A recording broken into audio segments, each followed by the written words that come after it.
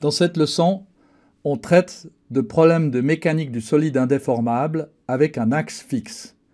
Et on a dérivé une équation du mouvement qui fait intervenir un moment d'inertie. On voit bien que le calcul d'un moment d'inertie est important.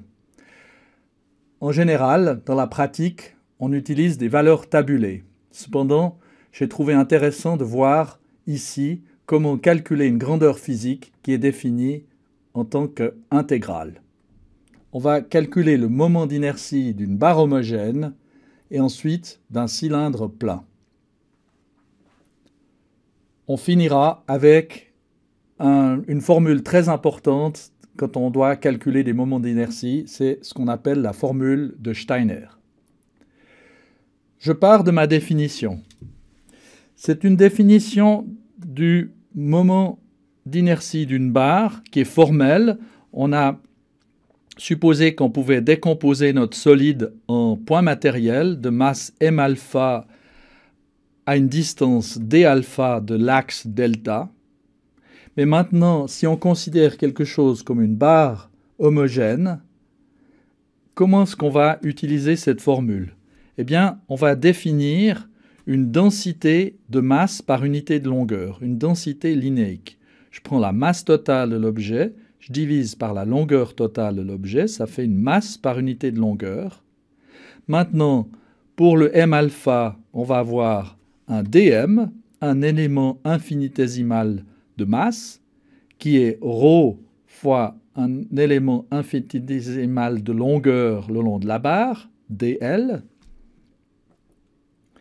Voilà la barre de longueur L, et on cherche le moment d'inertie pour l'axe delta qui passe par le milieu de la barre. On doit donc, en principe, sommer une somme de masse fois des distances au carré, et maintenant ce qu'on va faire, c'est qu'on va prendre un élément de masse, de longueur dl, de masse dm, et il faut faire somme des L carré, ici, on va considérer que ça, c'est la distance. Le d alpha devient ici un L. On aura L carré fois dm. Je l'écris. On doit calculer le moment d'inertie, qui est une intégrale lorsque la variable L va d'un bout à l'autre de la barre, moins L sur 2 à L sur 2. L'élément de masse, ρ dl, l'équivalent du m alpha, et la distance au carré, L carré. On a donc l'intégrale de L carré, ça fait L cube sur 3, pris entre moins L sur 2, L sur 2. Ça nous donne ceci. Si maintenant le ρ ici, on lui met sa valeur M sur L, on trouve mL carré sur 12. Voilà comment conduire le calcul d'un moment d'inertie pour un cas particulièrement simple. Regardons maintenant un problème un peu plus complexe, celui d'un cylindre plein ou d'un disque. La symétrie est à peu près la même. Un disque, c'est un cylindre très court, si vous voulez bien. Donc on aura le calcul pour l'un et pour l'autre. Alors, je pars de cette définition-là, mais maintenant je veux transformer cette somme en intégrale. Je commence par définir une densité volumique. La densité volumique, ça va être la masse totale divisée par le volume total. Je suppose un cylindre de rayon R et de longueur L. Pi r carré, ça fait la surface de la section, fois la longueur, le volume. Je vais travailler en coordonnées cylindriques. Vous avez ici l'angle que je vais appeler θ. Vous avez la coordonnée Z qui définit la hauteur au-dessus du plan OXY. Et vous avez la variable R. Maintenant, un élément de masse comme celui-ci a un volume qui est donné par l'accroissement dr dans cette direction-là. R dθ, cette longueur-là, ça vaut R fois le dθ. Et cet élément de longueur dans la verticale, c'est simplement dz. Donc, je dois calculer le I delta, c'est cette somme de masse fois des distances au carré. Ça devient l'intégrale quand z varie de moins L sur 2 à L sur 2. l'intégrale lorsque θ varie de 0 à 2π, l'intégrale lorsque la variable petit r varie entre 0 et le rayon, de la distance au carré, r carré, c'est le d alpha au carré, ça devient r carré, fois l'élément de masse.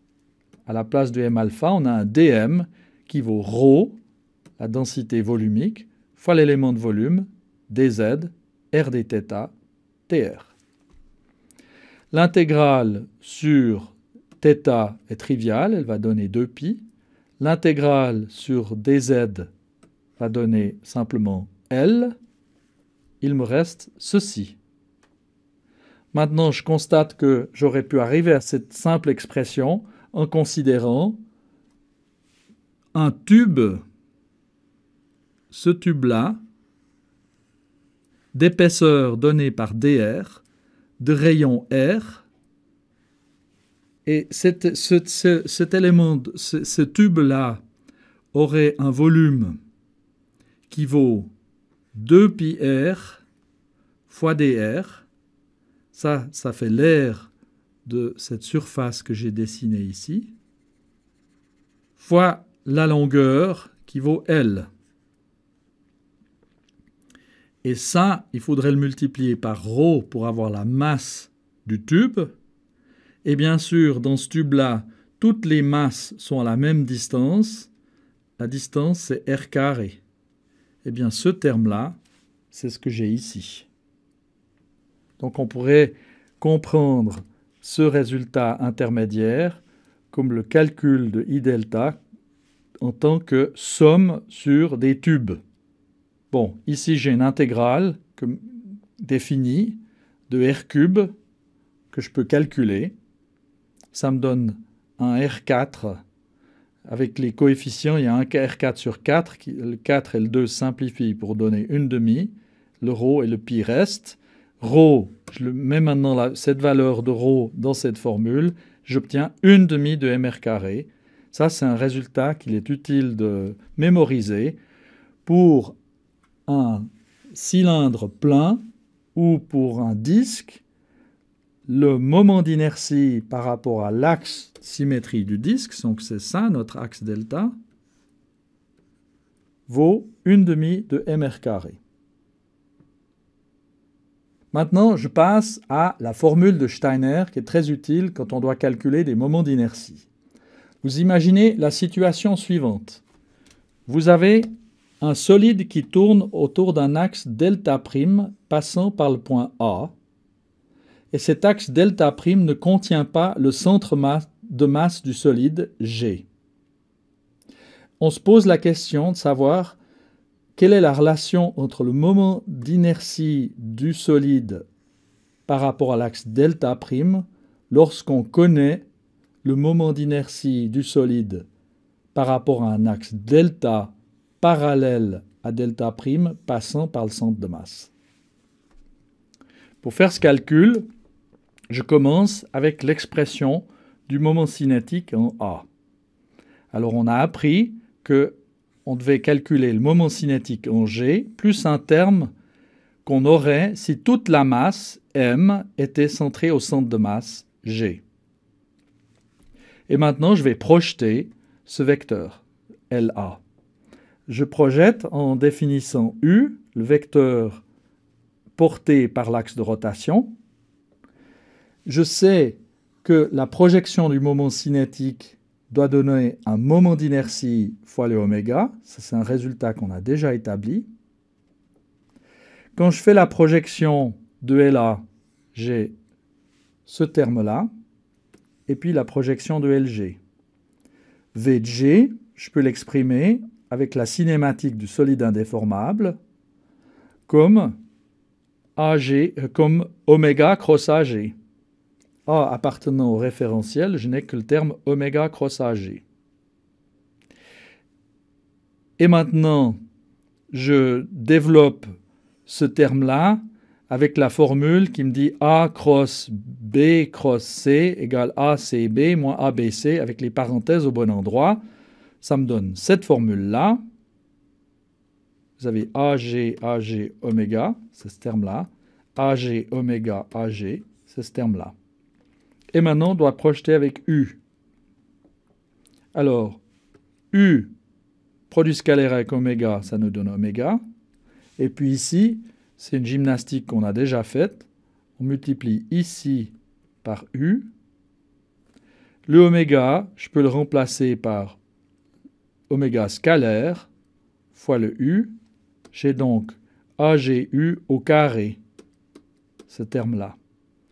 Et là, on a le module au carré de AG moins la projection de AG sur l'axe. Et ça, on en a l'habitude, c'est la distance entre ces deux axes au carré. Je résume, bien sûr ici, LG fois U, c'est IG fois U. IG étant le moment d'inertie du solide par rapport à l'axe delta passant par G. IG.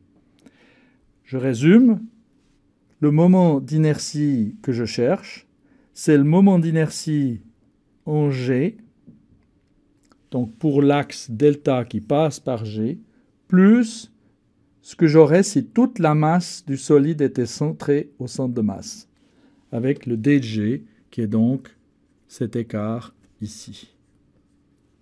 يا سيدنا الحلقه ديالنا سالات ما تنساوش انكم تابوناو في لاشين وتلحقوا بلاباج فيسبوك ونتلاقاو ان شاء الله في الحلقه الجايه.